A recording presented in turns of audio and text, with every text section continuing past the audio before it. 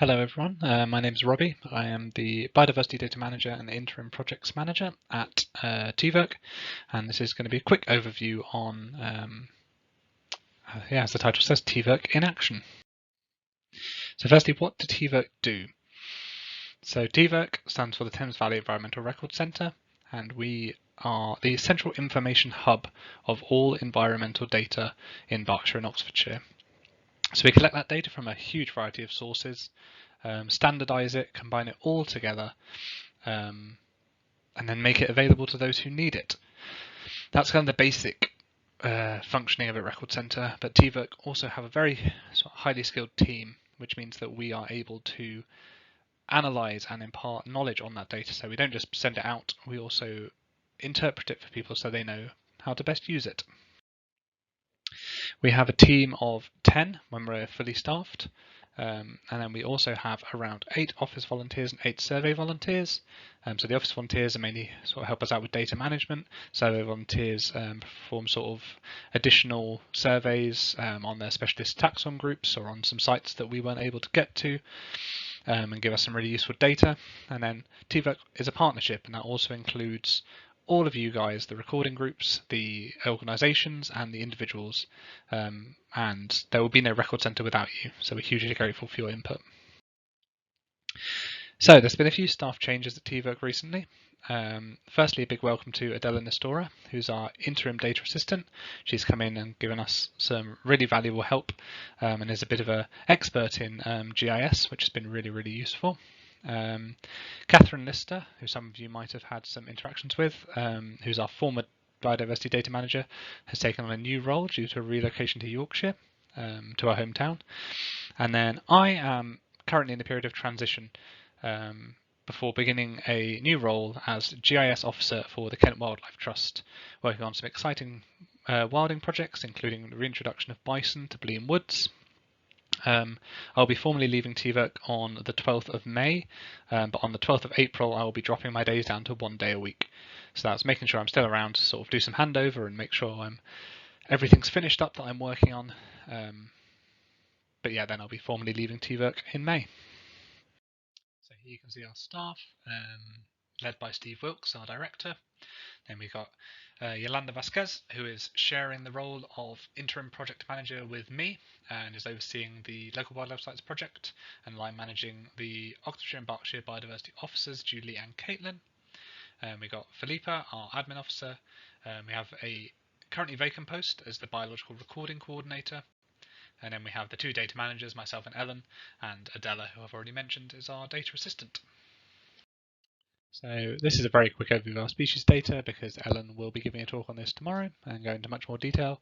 You can see we've got almost 3.5 million species records. Almost 70% of that comes from you.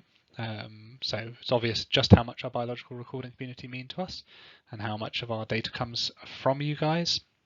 And almost 3/4 million protected notable species records, which are species that are focused for conservation or protected from developments. So they're kind of extra important, although all records definitely still matter.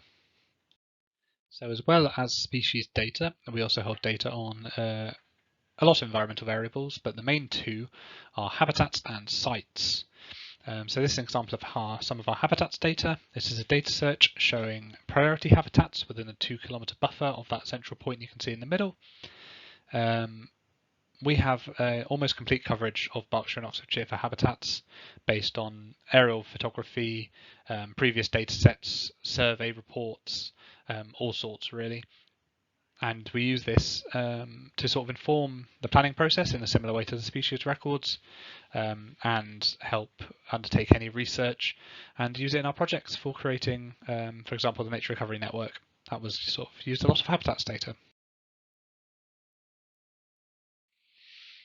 And then this is a very busy site with protected sites. So this is again a data search, and you can see there's a huge amount of different site designations in there. You have BBOUT reserves, you've got conservation target areas, local wildlife sites, Oxford City wildlife sites, a SSSI. So there are almost 20 of these designations that we hold. and we collate them together, standardize them, and provide them all in one sort of combined layer to anyone who needs it. The key thing that TVERC do around sites is managing the local wildlife sites projects, both in Berkshire, which is entirely TVERC, and in Oxfordshire in partnership with the Wildlife Trust. So we survey about 70 sites each year, and as I said, that habitats data will make its way into our database, and we will continuously be looking for new wildlife sites, local wildlife sites that should be outlined, and surveying the current ones that we have and seeing whether they're still got wildlife value. So yeah, your wildlife sightings really help to protect and enhance our environment, because without you, we don't know what's there, and without us telling the sort of decision makers what's there, that won't be taken into account. So a big thank you again. We are actively trying to avoid duplicate records and help new recorders get involved. So if you could please let us know how you prefer to share records. Let us know if you have any experience in habitat surveys, if you have any habitats data, and how you use that data and how you might be willing to share it. And let us know if there's any way we can help you in your wildlife surveying or in the sort of management of your records. We're happy to always advise and assist our recorders. And that'll be, I'll put the TVERC general email up at the end. You've probably got quite a few emails from it already, but contact that email address if you have any questions, or if you would be sort of willing to share any information on how you prefer to share records, and specifically around habitat data. So now I'll do a little section on some of the project work that we've been doing this year. Normally this section is used to sort of be a bit of a whistle-stop tour of a few different projects, but we thought it might be more interesting to give you a little bit more detail on one of the major projects we've been working on this year, which is the Oxfordshire Trees project.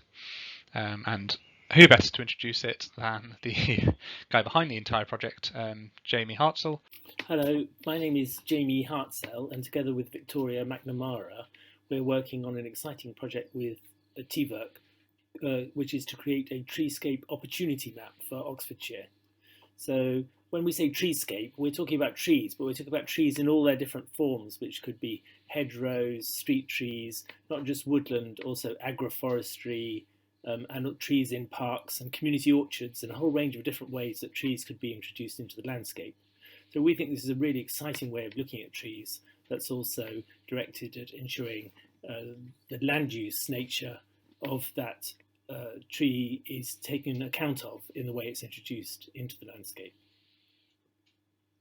And also, we're also looking at the ecosystem service benefits, or the nature-based solutions, if you like, that these different treescapes can provide when they're introduced into the landscape. So that's obviously biodiversity, carbon capture, but also their recreation value, their ability to control floods, and their ability to improve air quality. We have 7 different nature-based solutions that we're looking at that each of these treescapes can provide. Some of those are location-specific, some of them are not. And then the idea is we build this up into one single map for Oxfordshire as a whole, so we can start to look at what can be achieved in Oxfordshire through the introduction of these treescapes in terms of increasing biodiversity, tackling climate change, reducing air pollution, improving flood control, the whole range of different services that these treescapes can deliver that will really bring benefits to society. And as we've developed the report, we've been working on this, Victoria and I have been working on this voluntarily, and we've pulled together quite an influential group of people led by the Lord Lieutenant of Oxfordshire, and including representation from the conservation sector, from the farming sector, and also from the university, who we've been working quite closely with. And they've been sort of guiding us through the projects, and we also had a wider consultee group, including farmers and landowners, where we're consulting them on the maps that we're producing and seeing how valuable they think they are.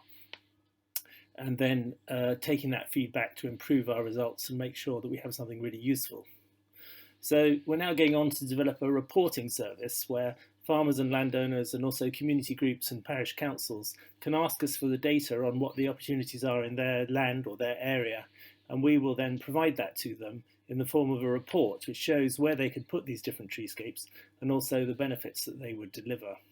And we're hoping that farmers and landowners will take that up, because with the Environmental Land Management Service coming in, the new subsidy scheme for farming, and a range of other funds for harvesting trees, such as the English Tree Strategy and others, that there's going to be a lot of interest in this area. And we're hoping that by providing these reports, we could help people to get ahead of the game and really get Oxfordshire ahead of the game in terms of moving forward with these nature-based solutions and moving forward to a net zero strategy. So we've been very excited to work with TVERC on this project. Their data has been invaluable for us, and we hope to do that going forward further. And we're hoping as we engage with community groups, they can also work with TVERC to gather and improve the data that's available, so that we can then feedback that into our data sets. And we're keen to sort of continue with TVERC as a partner on this project going forward, which we hope will be a valuable contribution both to TVERC and Oxfordshire as a whole. Thank you very much. So a big thanks to Jamie for recording that for us. Really interesting to hear about sort of the overview of the project from the guy behind it all. Jamie will definitely be in the chat if you have any quick questions, and I'll also flash his email up again at the end if you missed it, in case you want to get in touch with some more detailed questions. I'm not sure if Victoria's here as well. Feel free to shout in the chat, Victoria, if you are. But yeah, it's been really enjoyable to work with them, and hopefully this is a really sort of worthwhile project for Oxfordshire, potentially beyond. So I'm just going to give a few examples now of those treescapes that Jamie was talking about, and sort of just show some maps, because it's always nice when you're a record centre to get to show some maps. So this is a map of Watlington Parish, which was kind of a test site that Jamie used, and these are some of the areas that we've marked as unsuitable for treescapes, which is obviously quite important, because if you've got a nice lowland meadow or a heathland, maybe more of a Berkshire and Oxfordshire thing, just generally habitat that is unsuitable for treescapes, and that might be because it's woodland identified, so it's existing woodland which we've identified either through the Forestry Commission or through TVERC's own dataset, whether it's priority habitat, so it doesn't need to be interfered with, whether it's grassland, and you can see there's some reasons and there's some areas there. Most of Watlington is unsuitable because it's either priority habitat or existing woodland. So now I'm just going to flash you through some of the treescapes that we've identified. So the first one is the woodland treescape, primarily on agricultural land. This is, as the name suggests, simply just planting a new woodland, or suggesting this is an area where you could plant a new woodland if you wanted to. This is talking to the landowner. We've done a bit of hedgerow analysis. So we've used the CEH, which is the Centre for Ecology and Hydrology, which is actually based in Oxfordshire. They have an existing hedgerows dataset which we used, so we know where the hedgerows currently are, and then we've just sort of identified field boundaries where it would be suitable to plant hedges where we don't think there are currently hedges, and then while also identifying fields that are large enough that a hedge could be planted across the middle without compromising the current agricultural or pasture use of that field. And you can see there the orange lines. The hedgerow opportunities around the fields are the blue lines, and the existing hedges are the green. Then we've got the agroforestry layers, which are silver arable and silver pasture, which, as you can probably guess, depend on the current land use of that agricultural land. Not much more to say on that one. And then community orchards. So there's a couple of treescapes that are more urban or community focused. So these are areas sort of, as you can see there, around an urban area where people could easily access them, that could be identified as an area to create a community orchard on some agricultural land, on an area that's currently an allotment, or an area that's, say, a public park or a garden. So yeah, there's some nice maps and sort of some evidence of what we're working on with Jamie and Victoria. The long-term goal for that project will be to dramatically increase tree planting across Oxfordshire, and using an informed, data-driven approach, which is kind of what TVERC is all about. So we've got a high-quality, ever-improving data resource. it's all the local data. So there are a lot of national data sets available, but they will miss the stuff on the local scale that a record centre will pick up. And we use that to support decision making by a huge range of end users, as I've mentioned previously, from sort of independent organisations like Victoria and Jamie, to our local authority partners, to the Wildlife Trust and beyond. And we support that from the local level, sort of down to parish councils and individual landowners, to regional, looking at the whole of Oxfordshire and Berkshire, and working with county councils and local nature partnerships. So thank you very much for listening. There's a few contact details. So the TVERC general inbox is always manned, and it will mean that no matter your query, it will be sent to the most appropriate member of the team. There's my personal email if you have any questions about anything I've spoken about. As I mentioned earlier, that I'll not be able to reply to that from the 12th of May, and I'll have very limited time to look at that from the 12th of April. So it's probably better, safer to send something to TVERC general inbox. But if you have any immediate questions following this for the next couple of weeks, feel free to send them over to me. And then there's Jamie's email again, if you wanted to have a conversation about the trees, if you had some land you're interested in sort of getting consultation on, or just had some questions about the project. So thank you very much. I hope you enjoyed it, and I'll stick around to answer any questions either through the chat or I'll pop up live on the screen. So yeah, thank you very much.